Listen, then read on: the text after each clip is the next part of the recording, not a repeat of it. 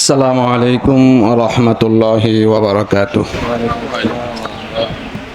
আলহামদুলিল্লাহি ওয়া কাফা ওয়া সালামুন আলা ইবাদিল্লাযিনা ইসতাফা, আম্মা বা'দ। সবাই কেমন আছেন? সবাই ভালো আছেন তো? আলহামদুলিল্লাহ। আল্লাহ পাক আমাদের সকলকে ভালো রাখেন, বলেন আমিন।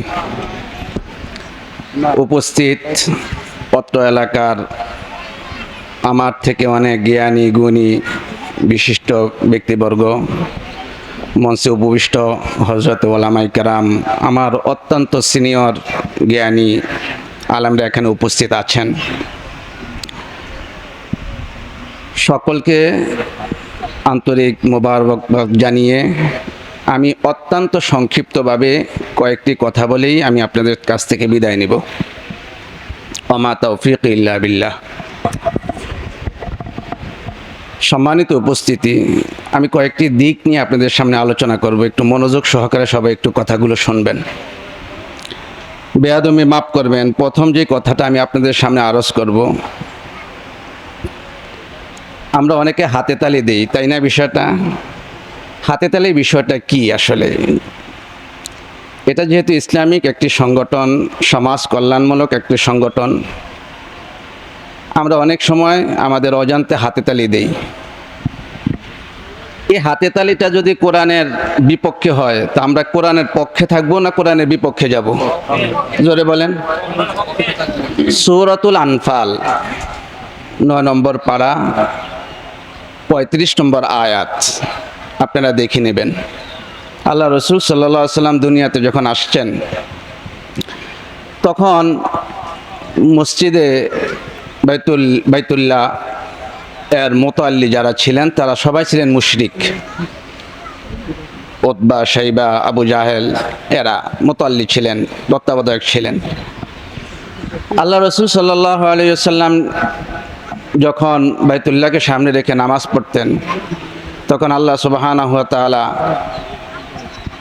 বাইতুল্লাহর মুতাল্লি কারা হবেন তার একটি দৃষ্টান্ত এখানে দিয়েছেন, সে বর্ণনা করেছেন। ওমা লাহুম আল্লা ইউআযিবাহুমুল্লাহু ওয়া হুম ইয়াসুদ্দুনা আনিল মাসজিদিল হারামি ওয়া মা কানু আউলিয়া ইন আউলিয়াউহু ইল্লাল মুত্তাকুন। মসজিদের মুতাল্লি, অভিভাবক কারা হবেন? আল্লাহ পাক বলেছেন মুত্তাকিন, যারা তাকওয়া অবলম্বন যারা করেছেন তারাই হবে মসজিদের হিতাকাঙ্ক্ষী, মুতাল্লি, দেখশন করে নেওয়ালা। কিন্তু বাইতুল্লাহর যে সমস্ত মুশরিকরা তারা নিজেদেরকে বাইতুল্লাহ দেখশনের দায়িত্ব পালন করত, আল্লাহ সুবহানাহু ওয়া তাআলা তারা বলেন যে তারা কিভাবে দেখশন করত বাইতুল্লাহ। তাদের সালাত, ওয়া মা কানা সালাতুহুম ইনদাল বাইত ইল্লা মুকাআ ওয়া তাসদিয়া। আল্লাহ পাক বলেন এই সমস্ত মুশরিক যারা তারা বাইতুল্লাহ দেখশন করত, এই তাদের বাইতুল্লাহকে সামনে রেখে তাদের নামাজের অবস্থা কি ছিল? তাদের নামাজের অবস্থা আল্লাহ তাআলা বর্ণনা করেছেন দুইটা। একটা হলো তারা বাইতুল্লাহে বসে বসে মুখ দ্বারা শীষ বাসাইতো। আমরা অনেক সময় ওই যে মুখ দ্বারা বাঁশি বাজায় না, আমাদের সমাজে আছে না নাই? আসেনি এই বাঁশি বাজানো। ওমা কানা সালাতুহুম ইনদাল বাইতি ইল্লা মুকা। আর আরেকটা হলো তারা এই বাইতুল্লাহ শরীফে বসে বসে হাতে তালি বাজাইতো, অতাসদিয়া। এখন বলেন, এই তালি বাজানো এটা কি ইসলামী সংস্কৃতি না মুশরিকদের সংস্কৃতি? একটু জোরে বলেন। তা আমাদের ইসলামী সংগঠনের মধ্যে আমরা কখনো এই মুশরিকদের কোনো সংস্কৃতি আমাদের মধ্যে যেন না আসে। ভবিষ্যতে আমরা এই বিষয়টাকে আমরা অবশ্যই আমরা কী করবো, লক্ষ্য রাখবো। রাগ হয়েছেন নাকি? আমি একটু দ্বিতীয় আরেকটা বিষয় আমি বলেই আমি সামনের দিকে অগ্রসর হচ্ছি। এখানে একটু বেয়াদবি মাফ করবেন। একতাই ধর্ম কথাটা ওনাদের স্লোগান, অত্যন্ত সুন্দর একটা স্লোগান। দ্বিতীয় যে স্লোগানটা সেবাই ধর্ম, এই কথাটার সাথে আমি একটু দ্বিমত পোষণ করি। একটু খেয়াল করেন, আল্লাহ সুবহানাহু ওয়া তাআলা আমাদের ধর্মের নাম কি বলেন তো? জোরে বলেন। ইন্নাদ দীন ইনদাল্লাহিল ওয়া মান ইয়াবতাগি গায়রাল ইসলামি দীনান ফালান ইউকবালা মিনহু। ইসলাম ছাড়া অন্য কোনো ধর্মের কেউ যদি অনুসরণ করে, সেই ধর্ম কখনো আল্লাহর কাছে গ্রহণযোগ্য হবে না। এখন এখানে যে কথাটা সেবাই ধর্ম, তো কি বোঝা গেল? মাফ করবেন একটু, সেবাই ধর্ম। যদি এই কথা যদি আমি বলি, তাহলে মাদার তেরেসা যে সারা দুনিয়ার জীবনকে সে একদম মানুষের সেবায় বিলীন করেছে, তো সে পরকালে নাজাত পাবে কি পাবে না? পাবে না। অথচ তার জীবন কি করেছে? মানব সেবায় কি করেছে? শেষ করে দিয়েছে। নেলসন ম্যান্ডেলার নাম শুনছেন আপনারা? বর্ণবাদীর অত্যন্ত সারা জীবনটাকে সে মানব সেবায় কি পরিমাণ সারা জীবন তার জেলে ছিল। এই কারণে আমি এই কথাটা একটু দ্বিমত পোষণ করি আপনাদের সাথে। সেবাই ধর্ম বিষয়টা এমন না, সেবাই হলো ইসলামের অন্যতম শিক্ষা। ঠিক কিনা বলেন? সেবাই ইসলামের অন্যতম শিক্ষা।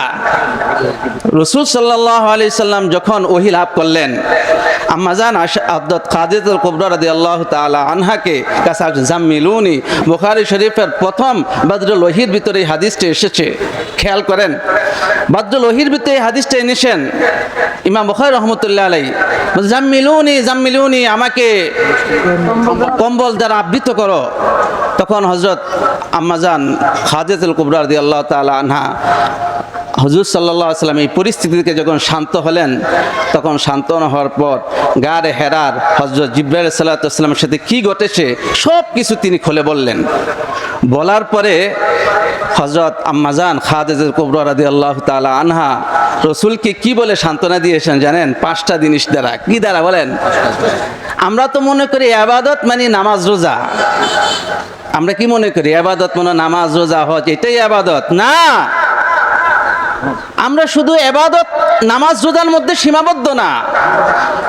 খাদিজাতুল কুবরা রাসূলকে যে 5টা জিনিস দ্বারা সান্ত্বনা দিয়েছেন, কাল্লা ওয়াল্লাহি লা ইউখজিকাল্লাহু আবাদা, আল্লাহর কসম দিয়ে বলেছি ও আল্লাহ রাসূল, আল্লাহ কখনো আপনাকে লাঞ্ছিত করবেন না। কেন? রাসূলের 5টা অওসাফ তিনি সিফাত বর্ণনা করেছেন, গুণ বর্ণনা করেছেন। প্রথম গুণ, ইয়া রাসূলুল্লাহ, আপনি তো আত্মীয়তার বন্ধন রক্ষা করেন। সুবহানাল্লাহ। আত্মীয়তার বন্ধন, আচ্ছা বলেন তো আত্মীয়তার বন্ধন এটা কি সরাসরি ইবাদত? সরাসরি ইবাদত? সরাসরি ইবাদত না। আপনি গরিব অসহায় লোকদের দায়িত্ব বহন করেন, আপনার সিফাত যে এই মানব এই সমাজ কল্যাণ, আলহামদুলিল্লাহ তাদের কার্যকলাপ দেখে আমি অত্যন্ত খুশি হয়েছি। আল্লাহ এই সংগঠনকে দিন দিন তারাক্কি নসিব করেন, বলেন আমিন। কি পরিমাণ কাজ করেছেন আপনারা, এই এলাকার মানুষ অত্যন্ত গর্বিত এমন একটা সংগঠন পেয়ে। এটা রাসূল সাল্লাল্লাহু আলাইহি সাল্লামের আদর্শের অনুসরণের একটি সংগঠন। এখন আপনি এর সাথে থাকলে রাসূলের পথে আছেন, যদি বিরোধিতা করেন তাহলে হতে পারে শয়তানের দলে চলে যাবেন। আল্লাহ রাসূল সাল্লাল্লাহু আলাইহি সাল্লামকে সান্ত্বনা দিয়েছেন, আপনি অভাবগ্রস্ত লোকদের পাশে দাঁড়ান। বিভিন্ন প্রাকৃতিক দুর্যোগ যখন আসে, সেই প্রাকৃতিক দুর্যোগ অবস্থা আপনি তাদের জন্য ত্রাণ নিয়ে যান। আম্মাজান খাদিজা কুবরা রাদিয়াল্লাহু তাআলা আনহা রাসূলকে সান্ত্বনা দিচ্ছেন, বলেন এই গুণগুলো এই সংগঠনের মধ্যে আছে না নাই? আসেনি? আসেনি? এই সংগঠনের সাথে আমাদের থাকার দরকার আছে না নাই? কতদিন পর্যন্ত? কতদিন পর্যন্ত? হ্যাঁ, সংগঠন যতদিন থাকবে, এই মানব সেবা ইসলামের অন্যতম শিক্ষা যতদিন দিয়ে যাবে, আমি তার সাথে আছি। ঠিক কিনা বলেন? আছেন তো ইনশাআল্লাহ? মনে রাখবেন, আমি সংগঠনের ব্যাপারে কয়েকটি কথা বলি। যেদিন এই সংগঠন তৈরি হয়েছে, সমাজ সংগঠন তৈরি হয়েছেন, মনে রাখবেন সেদিন থেকে এর শত্রু তৈরি হয়েছে। বুঝতে পারছেন? যেদিন এই সংগঠন কি হয়েছে, তৈরি হয়েছে, আর কি আছে? প্রত্যেকটার একটা বিপরীত সাইড আছে না নাই? রাত্রে না থাকলে দিন বোঝা যায় না, দিন না থাকলে রাত্রে বোঝা যায় না।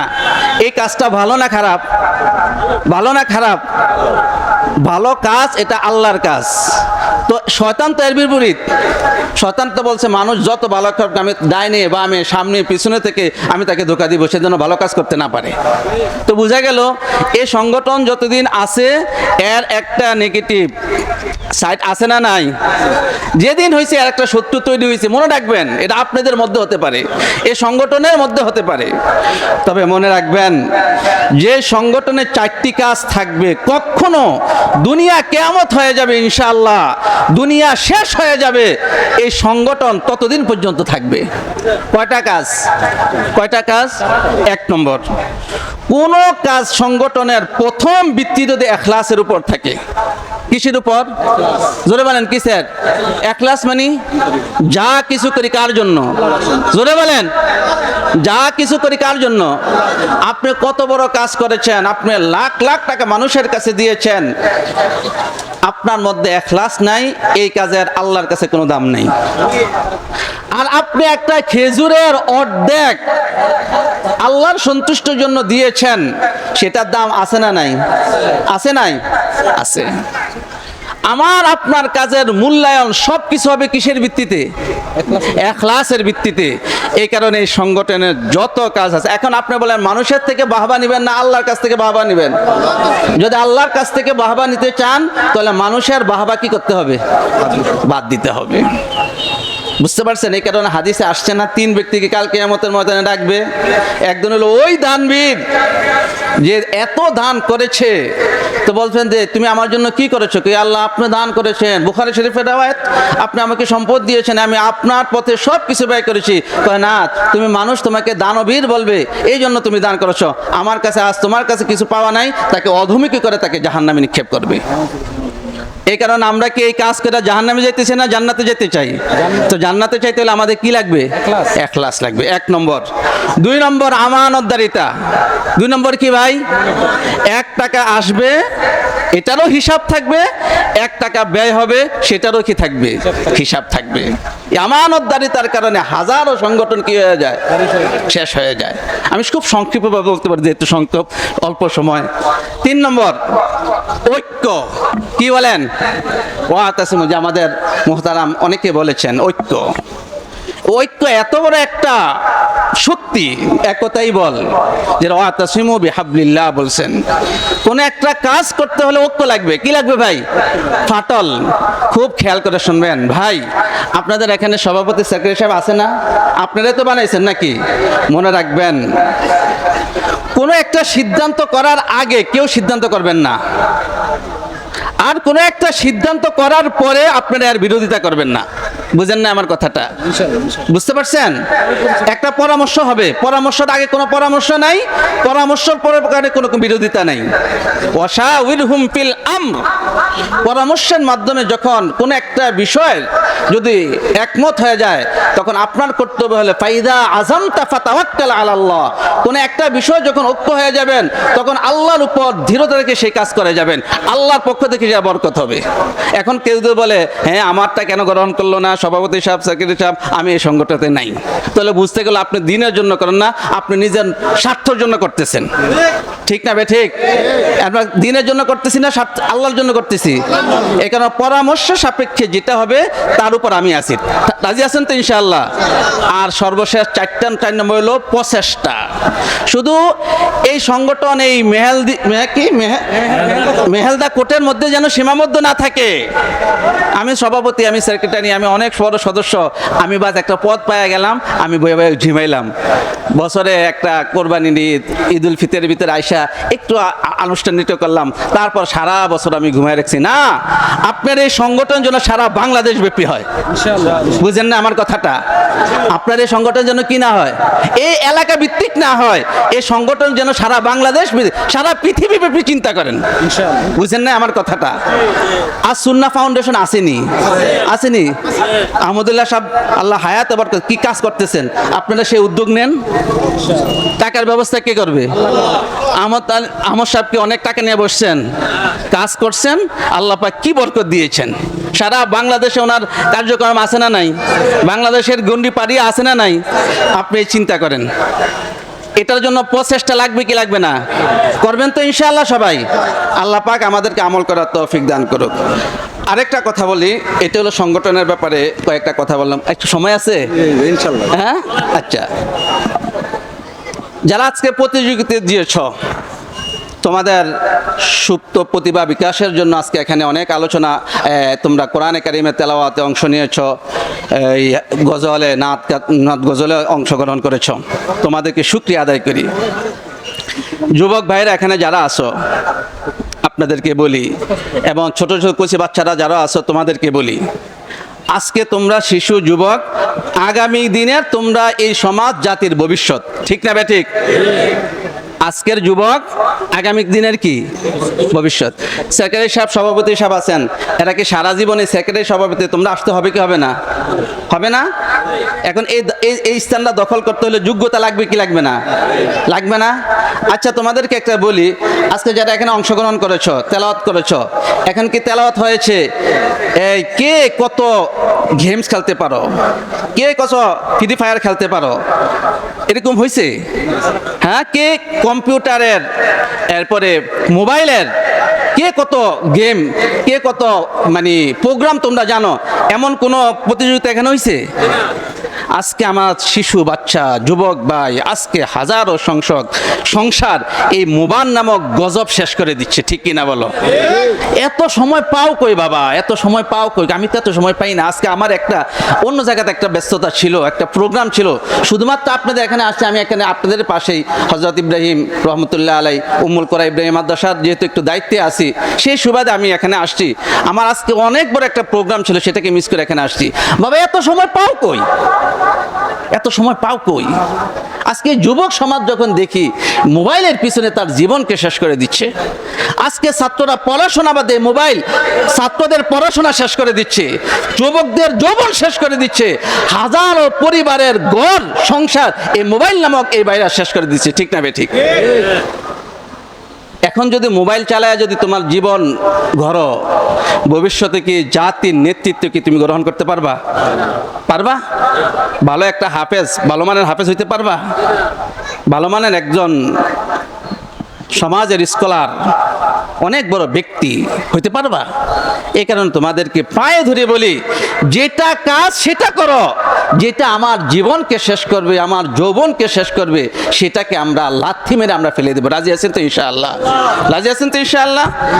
আর সর্বশেষ কথা হলো, ভাই এখানে যারা উপস্থিত আছেন, রমজানুল মুবারক চলে গেছে। এই রমজানুল মুবারক আমাদেরকে তাকওয়ার একটা শিক্ষা দিয়ে গেছেন, ঠিক কিনা বলেন? তাকওয়া মানে আমি যেখানে থাকি, যে অবস্থায় থাকি, দুনিয়ার কেউ দেখে না, কে দেখেন? জোরে বলেন, কে দেখেন? আল্লাহ দেখেন। আল্লাহর ভয়ে গুনাহ ছাড়া, আল্লাহর ভয়ে সমস্ত নেক আমল করা। আজকে বলেন আমাদের এই সমাজের যুব সমাজের অনেক বড় অভাব হলো, এই সমাজের ভিতরে অনেক যুবক নামাজ পড়ে না, ঠিক নেই? নামাজ পড়ে না, ঠিক নেই? হাতে ধরি পা। রাসূলের ইন্তেকালের সময় দুইটা কথা ছিল, আসসালাত আসসালাত ওয়া মিম্মা মালাকাত আইমানুকুম। নামাজ, নামাজ, যার জীবনে নামাজ আছে, ইসলামে তার অংশ আছে।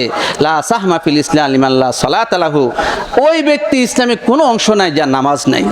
এই কারণে মুহতারাম হাজিরিন, ইসলাম রমজান আসে যে শিক্ষা আমাদেরকে দিয়েছে, সারাটা বছর যেন, সারাটা জীবন যেন সে শিক্ষা, তাকওয়ার শিক্ষা নিয়ে আমি অর্জন করতে পারি, সে অনুরোধ ব্যক্ত রেখে আমি অগোছালো অনেকগুলো কথা বেয়াদবি মাফ করলে মুরব্বীদেরকে ক্ষমা চেয়ে নিচ্ছি।